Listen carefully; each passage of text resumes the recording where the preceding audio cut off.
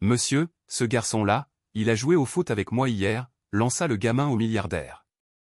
La vérité est incroyable. Ces paroles transpercèrent le silence de la nécropole comme une lame. Nicolas Dubois demeura figé devant le monument de marbre immaculé.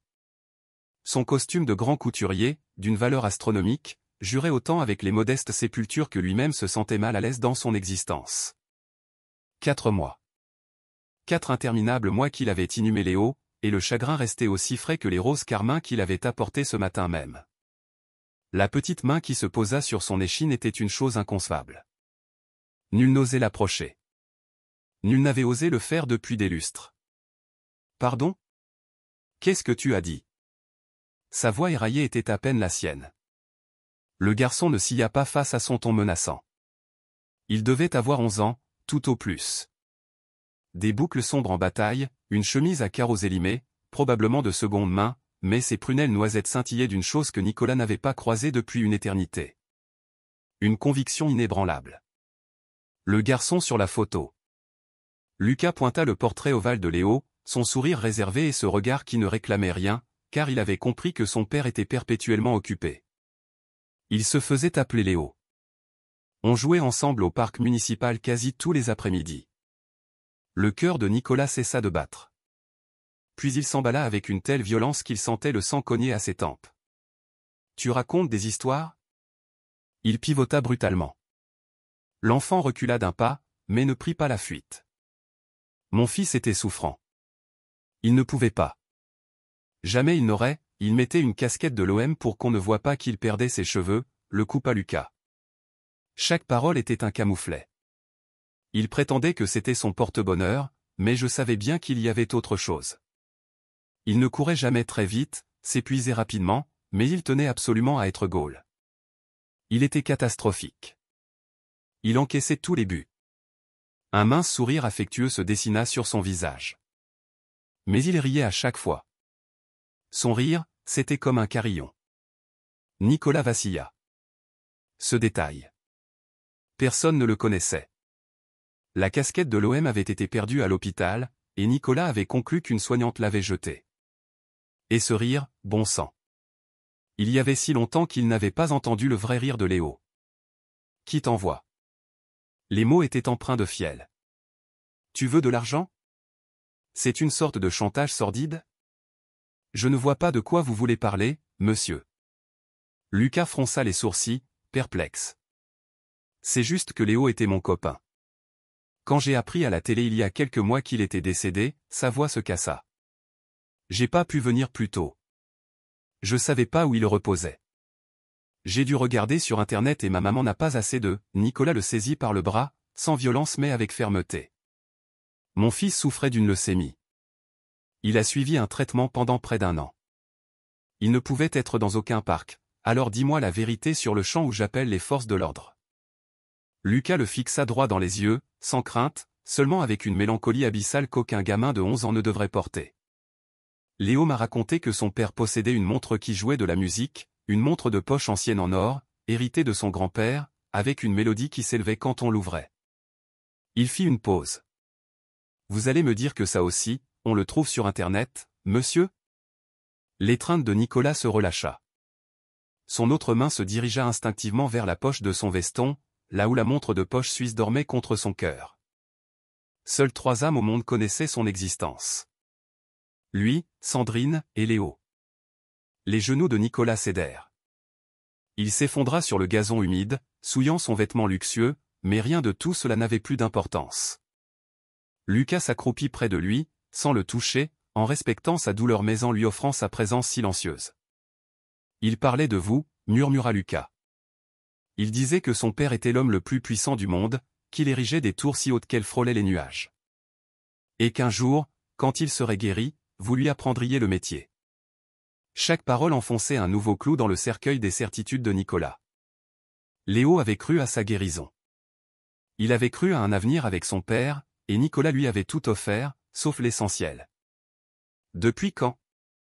Parvint-il à articuler. Depuis quand le connaissais-tu ? Environ 7 mois. Il est arrivé un jour au parc, tout seul, il nous regardait jouer. Je lui ai proposé de se joindre à nous et son visage, Lucas esquissa un sourire triste. On aurait dit que je lui avais donné la lune. 7 mois.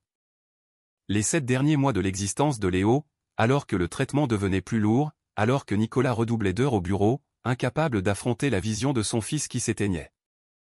7 mois de rendez-vous médicaux supplémentaires que Sandrine évoquait et que Nicolas validait sans discuter, soulagé d'avoir un prétexte pour fuir l'hôpital. Léo avait toujours un truc dans sa poche, reprit Lucas. Une toute petite photo.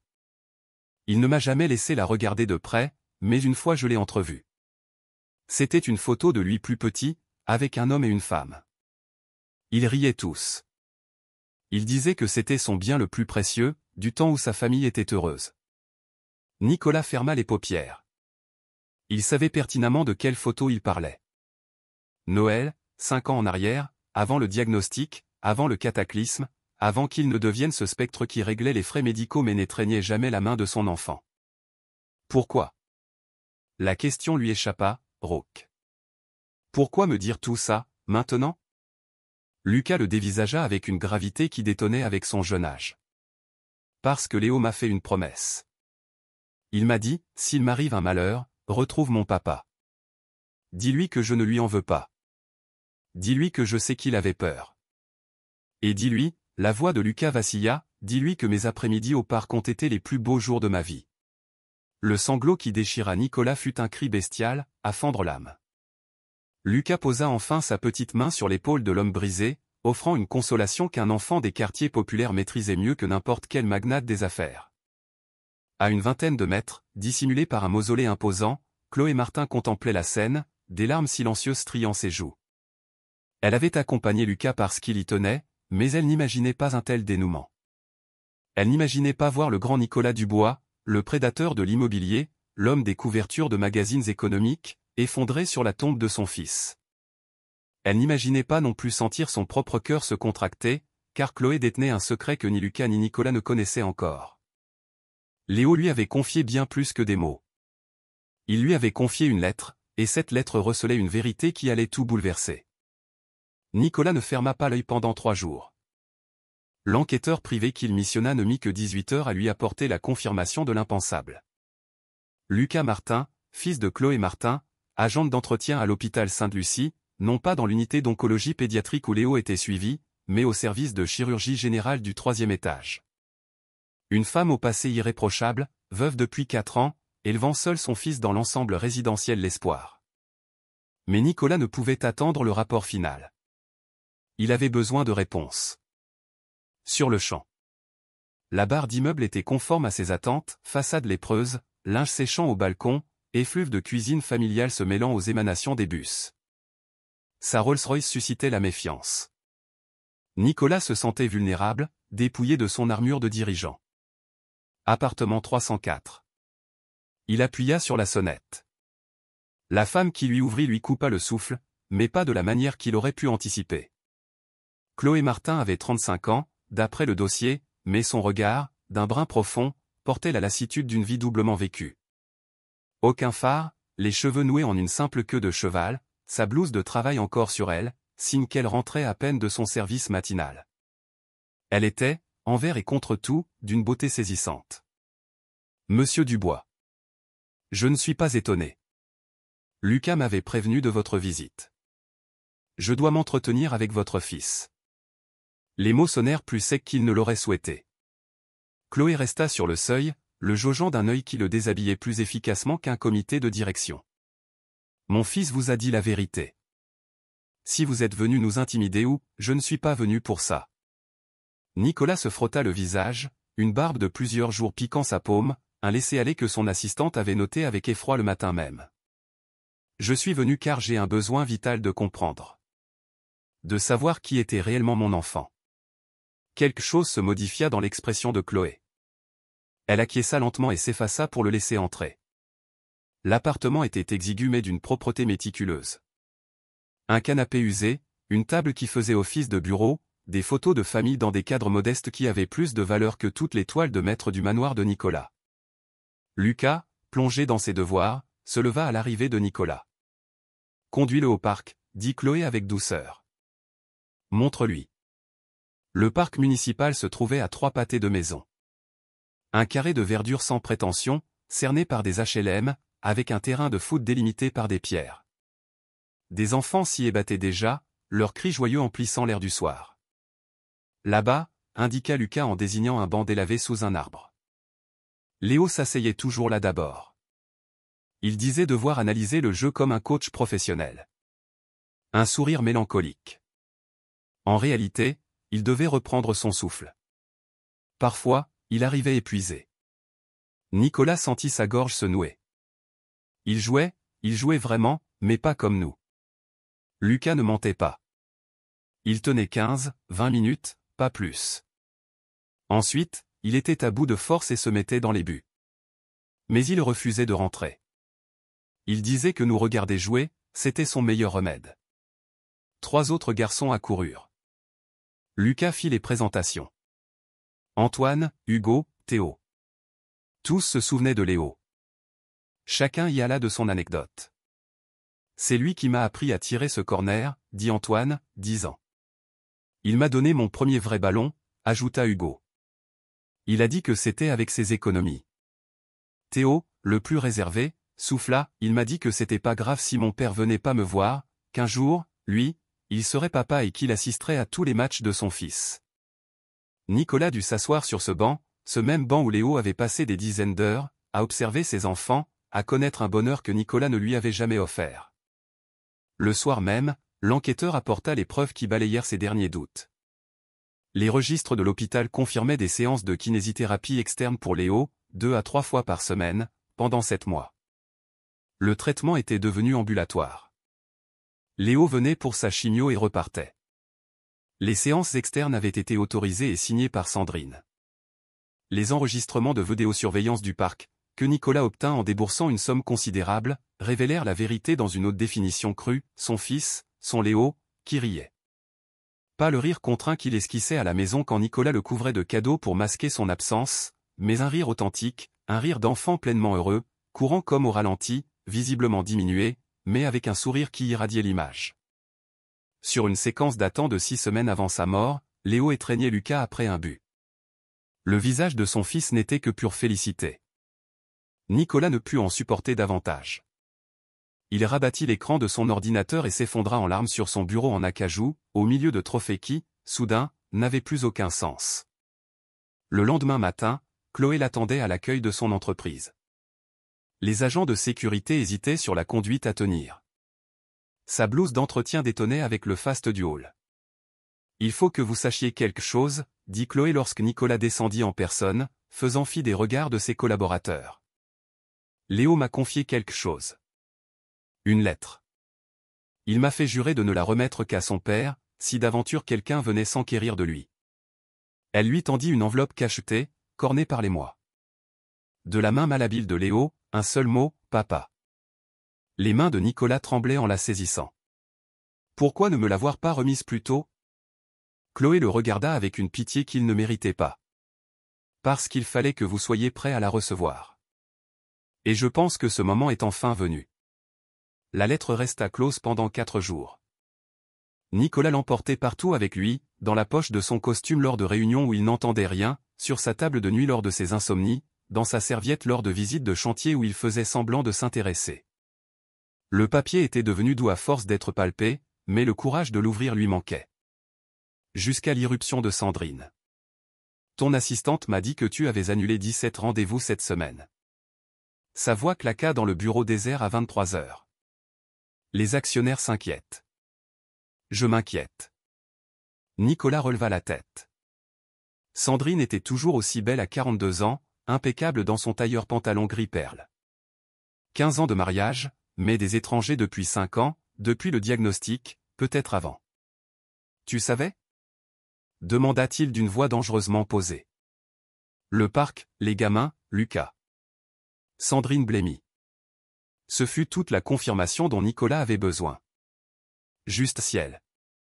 Il se leva avec une telle violence que son fauteuil heurta la vitre panoramique du 30e étage. Tu savais que notre fils fuguait de l'hôpital et tu as gardé le silence ? Parce que tu l'aurais empêché. Rétorqua Sandrine avec une véhémence qu'il ne lui connaissait plus. Tu aurais posté des gardes, payé des infirmières pour le fliquer jour et nuit. Tu aurais fait de ces derniers mois une prison encore plus insupportable que ce qu'elle était déjà.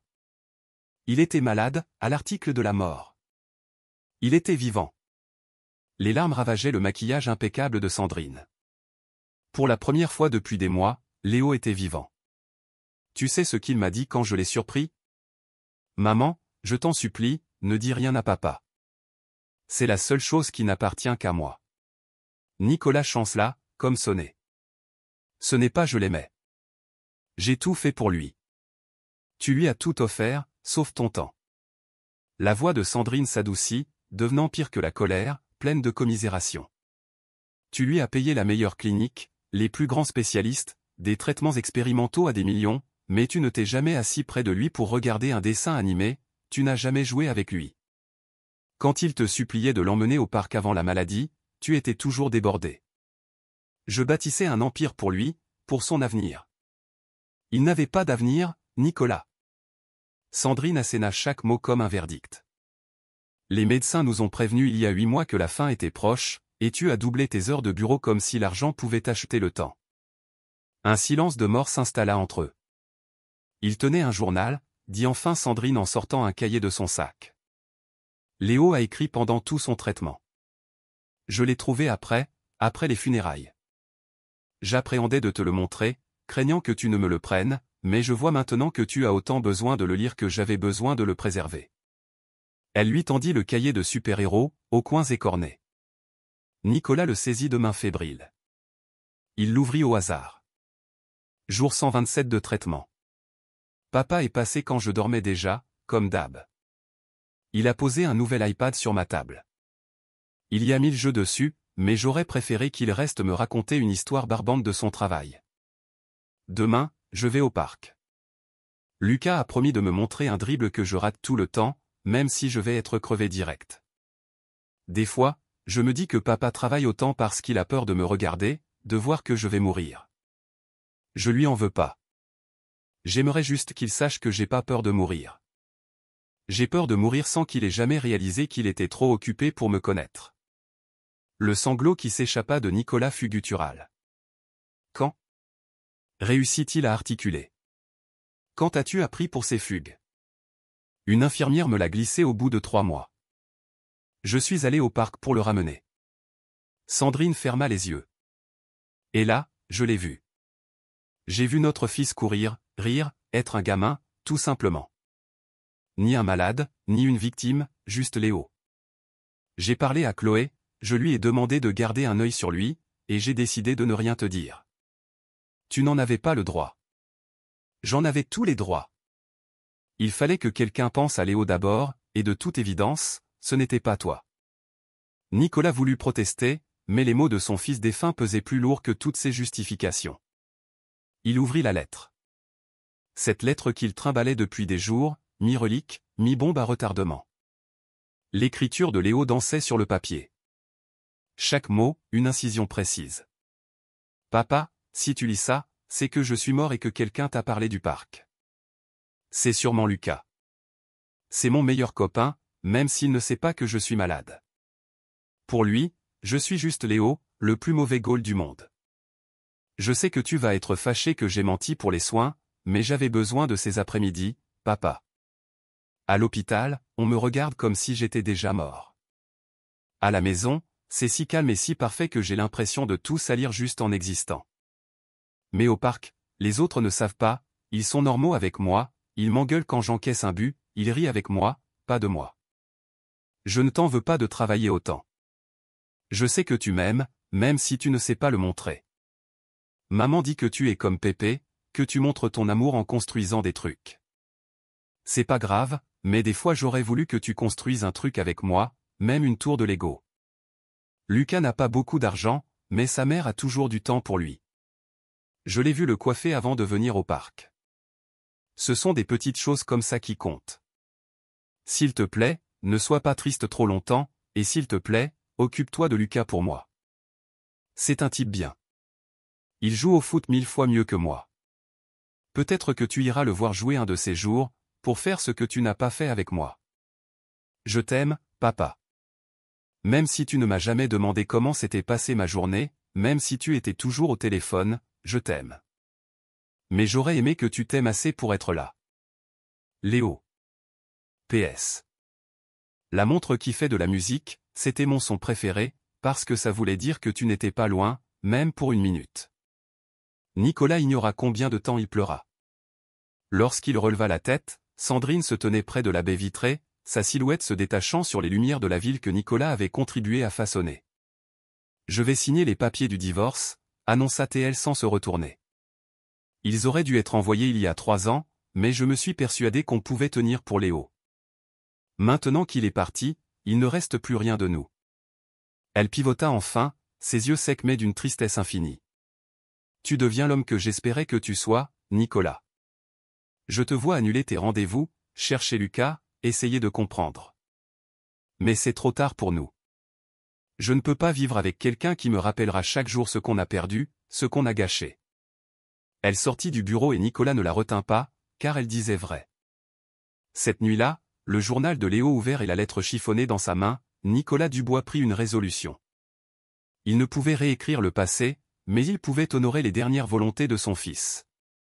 Il composa le numéro de Chloé, trouvé dans le rapport. Elle décrocha à la 3e sonnerie. « Madame Martin, c'est Nicolas Dubois. J'ai besoin de... » Sa voix flancha. « J'ai besoin d'apprendre à jouer au football. » Chloé le dévisagea comme s'il avait perdu l'esprit. « Vous voulez que je vous apprenne le football ?» répéta-t-elle, sur le palier de sa porte à 7 heures du matin, encore en pyjama en ce jour de repos. Nicolas, qui n'avait pas dormi, acquiesça avec un air de désespoir qui aurait terrifié quiconque connaissait le magnate. Léo a demandé que je veille sur Lucas, que j'assiste à ses matchs. Je ne peux pas, il se passa les mains dans les cheveux. Je ne peux pas juste arriver et faire des chèques. C'est ce que j'ai fait avec mon propre fils. Je dois comprendre ce que Léo y trouvait. Je dois obtenir le pardon, acheva doucement Chloé. Ces mots eurent l'effet d'un uppercut. Il acquiesça, muet. Chloé soupira, mais son expression s'adoucit. Au parc, cet après-midi, 16 heures. Et monsieur Dubois, si vous venez, laissez le costume au placard. Les gamins le mettraient en pièces. Nicolas se présenta à 15h45, portant un jean acheté le matin même, une première en 20 ans, et un simple polo. Il se sentait à nu sans son costume de protection. La Rolls l'avait déposé 2 rues plus loin, sur l'insistance du chauffeur qui avait saisi que ce véhicule n'avait rien à faire là. Les enfants jouaient déjà. Lucas l'aperçut le premier, et le ballon qu'il allait frapper s'immobilisa, oublié. Monsieur Dubois. Les jeux cessèrent. Une douzaine de regards l'expertisèrent avec la franchise crue de l'enfance. Nicolas se sentit grotesque. Lucas, ta mère m'a dit que tu pourrais m'apprendre, comme tu l'as fait pour Léo. Prononcer le nom de son fils, ici, avait quelque chose de sacré. Lucas consulta ses amis du regard. Antoine murmura quelque chose. Hugo haussa les épaules. Finalement, Théo, le plus taiseux, prit la parole. Léo disait que son père était quelqu'un d'important, qu'il rencontrait des présidents. Son regard noisette sonda Nicolas avec une sagesse douloureuse. Pourquoi voudrait-il jouer avec nous? Parce que mon fils était plus lucide que moi, la franchise désarmante dans la voix de Nicolas suspendit le temps, et j'ai été trop aveugle pour m'en rendre compte avant qu'il ne soit trop tard. Un silence plana. Puis Lucas ramassa le ballon.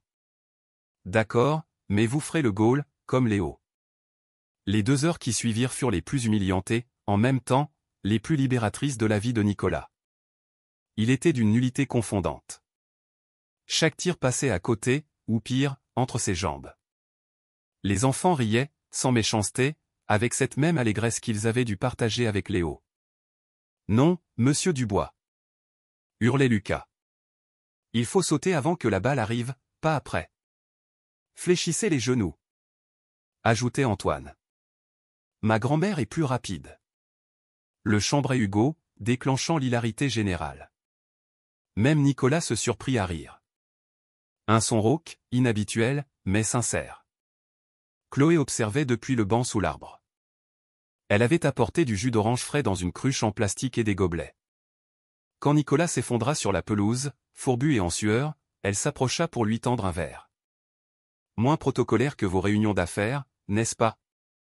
C'est mieux. Nicolas but le jus comme si c'était un nectar. Tellement mieux. Leurs regards se croisèrent, et Nicolas éprouva une sensation oubliée depuis des années, une vraie connexion. Chloé ne voyait ni le magnate ni l'homme des magazines. Elle voyait un père en miettes tentant de se recoller. Léo avait raison, dit doucement Nicolas, sur l'importance des petites choses. Il a fallu que je perde tout pour le comprendre. Chloé ne chercha pas à le consoler, mais il n'y avait aucun jugement dans sa voix. La question est, que ferez-vous de cette leçon, maintenant? Les semaines suivantes, Nicolas vint 3 après-midi par semaine. Il annula des comités de direction, décala des visites de chantier. Ses partenaires s'inquiétèrent. Son assistante frôla la crise de nerfs, mais Nicolas persista. Il ne faisait pas que jouer, il écoutait. Il apprit qu'Antoine voulait devenir architecte, mais que son collège manquait de moyens. Que Hugo veillait sur ses 3 jeunes frères et sœurs pendant que sa mère faisait les 3-8. Que Théo était si silencieux parce que son père était parti et que les mots lui semblaient un danger. Nicolas ne fit pas de chèque. Il fut présent. Il assista au match de Lucas. Il aida Antoine en maths en s'appuyant sur des principes de génie civil. Il montra à Hugo comment faire des plannings. Il s'assit près de Théo, en silence, offrant une présence qui n'exigeait rien. Et peu à peu, une transformation s'opéra en Nicolas. Au bureau, il instaura des mesures inédites, fin des réunions après 18 heures, congé parental allongé, espace de jeu pour les enfants des salariés. Ses rivaux le crurent fini. Ses employés le découvrirent. Chloé aussi remarqua ces changements. Ils prirent l'habitude de boire un café après les entraînements, des conversations qui s'étiraient sous les lampadaires du parc. Elle lui parla de son mari, un électricien décédé dans un accident du travail quand Lucas avait 7 ans. Des 2 boulots pour s'en sortir. D'apprendre à son fils que la vraie richesse n'était pas matérielle. Nicolas se confia comme jamais il ne l'avait fait avec Sandrine. Sur son propre père absent, un entrepreneur en bâtiment foudroyé par une crise cardiaque à 50 ans, ne laissant que des murs froids. Sur son serment de faire différemment, pour finir par reproduire le même schéma. Sur l'argent, devenu son seul langage affectif. Il n'est pas trop tard pour changer, lui dit Chloé un soir, leurs épaules se frôlant sur le banc. Léo est parti, mais Lucas est là. Tous ses enfants sont là. Et toi? Les mots lui échappèrent. Tu es là. Chloé le regarda de ses yeux qui lisaient en lui. Je suis là. Mais Nicolas, si c'est la culpabilité qui cherche une absolution, non, ce n'est pas ça. Il prit sa main, s'étonnant lui-même. Ou peut-être au début. Mais maintenant, Chloé, je n'ai pas ressenti ça depuis des lustres. Voir qui je suis dans le regard de quelqu'un, sans avoir à être plus, ou moins, ou autre chose. Avant que Chloé ne puisse répliquer, Lucas cria depuis le terrain, « Maman !» Monsieur Dubois a arrêté un ballon. Il en a enfin arrêté un. Ils se tournèrent pour voir Nicolas porté en triomphe par les enfants, riant d'une joie qui rajeunissait ses traits de 45 ans. Chloé sourit, des larmes perlant à ses yeux. Léo serait fier. Ce soir-là, en regagnant sa voiture, il trouva Sandrine adossée à la Rolls, des documents en main. Les papiers du divorce, paraphés. Elle les lui tendit. Tu deviens l'homme que j'ai toujours souhaité que tu sois, Nicolas. Mais c'est trop tard pour nous. Elle fit une pause. En revanche, il n'est pas trop tard pour toi. Pour être le père que Léo voulait, même si c'est pour les enfants des autres. Nicolas prit les documents, et pour la première fois, il ne ressentit pas l'échec, mais un soulagement. Merci, dit-il avec sincérité. De l'avoir laissé aller au parc. De lui avoir offert ça. Sandrine acquiesça, des larmes silencieuses coulant. Promets-moi juste une chose. Ne gâche pas cette seconde chance. Elle partit, et Nicolas sut que c'était leur dernier adieu. Une page se tournait. Une autre s'ouvrait. 18 mois plus tard, le soleil couchant nimbait le parc municipal de lumière dorée tandis que Nicolas ajustait ses gants de gardien, un cadeau de Noël de Lucas. Usé, reprisé, mais plus précieux à ses yeux que n'importe quelle montre suisse. Prêt, monsieur Nicolas. Lança Antoine du milieu du terrain. Personne ne l'appelait plus monsieur Dubois. Cet homme était parti avec Léo. Il ne restait que Nicolas, le gardien pitoyable qui venait religieusement chaque mardi, jeudi et samedi. Allez, ma grand-mère a plus de reprises. Le charia Hugo, 14 ans, une bourse en poche pour un lycée professionnel que Nicolas l'avait aidé à décrocher, non avec de l'argent, mais avec du soutien scolaire. Nicolas sourit. Il était toujours aussi mauvais, mais il s'en fichait. Il avait compris que le but n'était pas la performance, mais la présence. Le ballon fusa vers lui. Par miracle, ses mains le captèrent. But! Cria ironiquement Théo. Pardon, arrêt. L'hilarité fut générale. Théo parlait davantage désormais. Il avait rejoint le club d'éloquence de son collège. Toujours posé, mais ses mots pesaient. Nicolas, la voix de Chloé l'appela depuis le banc. L'heure du jus. Nicolas la rejoignit en trottinant, son cœur s'emballant toujours à sa vue. Chloé portait une simple robe jaune, ses cheveux libres, car elle avait enfin accepté de ne garder qu'un seul travail. Nicolas avait insisté pour l'aider, non par pitié, mais en tant qu'il n'avait pas encore mis de mots sur leur relation. « Tu as fait des quiches. » Nicolas renifla. « Celle à la viande ? Ne te vante pas. » Mais Chloé sourit, et ce sourire le foudroyait encore de la plus douce des manières. « J'en ai assez pour tout le monde, ne crois pas qu'elles sont que pour toi. » Ils s'assirent côte à côte, une proximité devenue naturelle. Ils se fréquentaient depuis 6 mois, avec lenteur et prudence. Un dîner, un café. Nicolas avait rencontré ses parents. Chloé avait supporté un repas tendu avec Sandrine, qui, contre toute attente, avait donné sa bénédiction. « Elle te voit telle que tu es », avait dit Sandrine. Moi, je ne voyais que notre projection. Lucas a un match vendredi, dit Chloé. La finale. Je sais. J'ai bloqué mon après-midi. Nicolas croqua dans une quiche, savourant l'amour que Chloé mettait dans sa cuisine. Je ne raterai ça pour rien au monde. Le regard de Chloé s'adoucit. Léo serait heureux de voir l'homme que tu es devenu. Je fais de mon mieux. Nicolas contempla Lucas, devenu capitaine de l'équipe du quartier.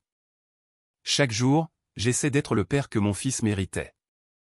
La société de Nicolas s'était métamorphosée. Dubois Construction n'était plus la plus rentable, mais la plus humaine. Salaire décent, horaire respecté, engagement local. Des actionnaires étaient partis. Ceux qui restaient savaient que certaines valeurs dépassaient les bilans trimestriels. Nicolas avait créé un programme permettant à des enfants hospitalisés de vivre des journées normales parc, cinéma, des lieux où ils redevenaient des enfants. Anonymement. Comme Léo l'aurait souhaité. Monsieur Nicolas. Une petite voix l'interpella. Nicolas se retourna. Un garçon de 9 ans se tenait en retrait. Il portait une casquette bleue qui masquait mal un crâne dégarni. Les yeux de Nicolas s'embuèrent. La ressemblance avec Léo était une douleur douce. Salut. Nicolas s'agenouilla. Comment t'appelles-tu ? Nathan. L'enfant désigna une femme qui attendait, anxieuse. C'est ma maman. On habite là. J'ai vu les autres jouer et, sa voix mourut, chargée d'envie. Nicolas comprit. Cet enfant, comme Léo, aspirait à la normalité. Il voulait juste jouer. Tu veux être gardien ? Proposa doucement Nicolas. Il nous en faut un bon. Je suis une catastrophe. Les yeux de Nathan s'éclairèrent. Vraiment ? Je peux ? Et comment ? Nicolas se releva et cria, « Les gars, on a un nouveau coéquipier. » Lucas s'approcha le premier, main tendue. « Salut, c'est Lucas. Tu sais jouer ? » Nathan fit non de la tête. « C'est pas grave, » sourit Lucas. Le même sourire qu'il avait offert à un autre enfant malade. « On va t'apprendre. Comme j'ai appris à Léo. » Nicolas dut se détourner, les larmes coulant sans retenue. Chloé fut près de lui, sa main dans la sienne. « Laisse aller, » murmura-t-elle. « Ce n'est pas grave. Ce n'est pas du chagrin. » Nicolas la regarda, ému. « C'est de la reconnaissance. Léo m'a appris à vivre, par-delà la mort. » La mère de Nathan s'approcha. « Vous êtes sûr ? » Nathan suit un traitement, c'est parfait. Nicolas lui sourit chaleureusement. Mon fils était dans son cas. Les garçons prendront soin de lui. Et moi aussi. L'heure suivante, Nicolas observa Nathan jouer avec gaucherie, rire de ses erreurs, exulter sur un arrêt miraculeux. Les autres le traitaient avec la même camaraderie qu'ils avaient offerte à Léo. Et Nicolas comprit, voilà l'héritage de son fils. Pas des tours de béton, mais cet instant, ce lien, cette communauté d'enfants qui savaient que chacun méritait de jouer. Au crépuscule, Nicolas aida à ranger. Nathan s'approcha, rayonnant. « Je peux revenir demain ? » « Tu peux venir quand tu le souhaites. » Nicolas s'agenouilla à nouveau. « Ce terrain est toujours ouvert aux garçons courageux comme toi. » Nathan l'étreignit, et Nicolas le serra, fermant les yeux, s'imaginant un instant tenir Léo une dernière fois. Ce soir-là, ils ramenèrent Lucas à Troyes, comme une famille en devenir. Sur le palier, Lucas s'arrêta. « Monsieur Nicolas, vous venez dimanche ? Maman fait un gâteau au chocolat. » Nicolas chercha l'approbation de Chloé, qui sourit, une promesse dans le regard. Avec grand plaisir. Plus tard, seul dans son appartement, il avait vendu le manoir 6 mois plus tôt, trop hanté, Nicolas ouvrit le journal de Léo à la dernière page. Il prit un stylo et y ajouta sa propre entrée, un rituel thérapeutique. Léo, aujourd'hui j'ai rencontré Nathan. Il m'a fait penser à toi. Lucas a été avec lui comme il a été avec toi, avec gentillesse, simplicité, acceptation. J'essaie d'être le père que tu méritais. Je ne peux changer le passé, mais je vis le présent en ton honneur. Chloé dit qu'on tombe amoureux dans les petits riens. Je crois que je comprends. Je t'aime, mon fils, et je te promets que chaque enfant que je croiserai recevra le temps que je ne t'ai pas donné. Ton papa, qui apprend enfin à vivre. Il ferma le carnet et admira la photo sur sa table de nuit. La seule que Chloé lui avait enfin confiée. Léo, Lucas et Nicolas au parc, un cliché volé une semaine avant la fin. Léo, au centre, les enlaçait tous les deux, avec un sourire que Nicolas n'avait jamais cru possible. Merci, souffla-t-il à son fils. De m'avoir appris qu'il n'est jamais trop tard. Pour Lucas, pour Chloé, pour cette seconde chance que je ne mérite pas mais que j'honorerai chaque jour. La montre suisse sur la commode égrenait sa mélodie et pour la première fois en 18 mois, Nicolas sourit en l'entendant, car ce son n'était plus celui de la perte, mais celui d'un héritage. 3 ans plus tard, le parc municipal était transformé. Le terrain vague avait laissé place à un complexe sportif moderne avec gradins, éclairage et pelouse synthétique. Une plaque sobre indiquait, à la mémoire de Léo Dubois, qui nous a enseigné que la vraie richesse réside dans les rires partagés. Nicolas arriva en avance. Les années avaient grisonné ses tempes et usé ses jeans. Il portait le maillot de l'équipe junior, où Lucas, 16 ans, était entraîneur adjoint. Tu es matinal. Chloé apparut, 2 thermos à la main. À 38 ans, ses cheveux au vent et ce sourire qui faisait toujours chavirer Nicolas, elle était radieuse. Notre équipe joue. Nicolas l'embrassa tendrement, un geste devenu une seconde nature. Je ne manquerai ça pour rien au monde. Notre équipe. Ces mots avaient encore le goût d'un miracle. Ils s'étaient mariés 6 mois plus tôt, une cérémonie intime dans ce parc. Sandrine était là, avec son nouveau compagnon, un professeur de lettres qui la faisait rire. Nulle amertume, juste la reconnaissance de chemins divergents qui les avaient rendus meilleurs. Nathan a demandé si tu pouvais l'aider en physique après le match, dit Chloé en s'asseyant. Il prétend que tu expliques mieux que son prof. Nicolas sourit. Nathan, 12 ans, en rémission complète, faisait partie de leur vie. Le programme que Nicolas avait initié opérait dans 8 villes, offrant des parenthèses de normalité aux enfants malades. Chloé en assurait la coordination. D'accord, mais à condition qu'il arrête de se moquer de mes arrêts. N'y compte pas, rit Chloé. Tu es toujours aussi nul. Je suis d'une nullité constante. C'est une qualité. Les jeunes affluaient. Antoine, en première année d'école d'archi, venait encourager son petit frère. Hugo amenait ses cadets, qui jouaient dans les catégories inférieures. Théo, devenu un commentateur passionné, officier pour la radio associative du quartier. Et Lucas était devenu un jeune homme remarquable, sûr de lui, mais avec cette même bonté qu'il avait offerte à un enfant malade. « Papa !» cria Lucas, et Nicolas sursautait encore à ce mot. Un lapsus, 6 mois plus tôt, devenu une évidence. Tu viens t'échauffer? Il nous faut un goal d'entraînement. Nicolas regarda Chloé, qui acquiesça, les yeux brillants. Vas-y, ton fils a besoin de toi. Son fils. Pas de sang, mais de cœur. Nicolas descendit sur le terrain où un nouveau garçon attendait, intimidé. Il avait peut-être 10 ans, une perruque cachant une alopécie de chimiothérapie. Ses yeux bruns mêlaient l'envie et la peur. Salut. Nicolas s'agenouilla. Je m'appelle Nicolas. Tu veux jouer? Le garçon hocha la tête.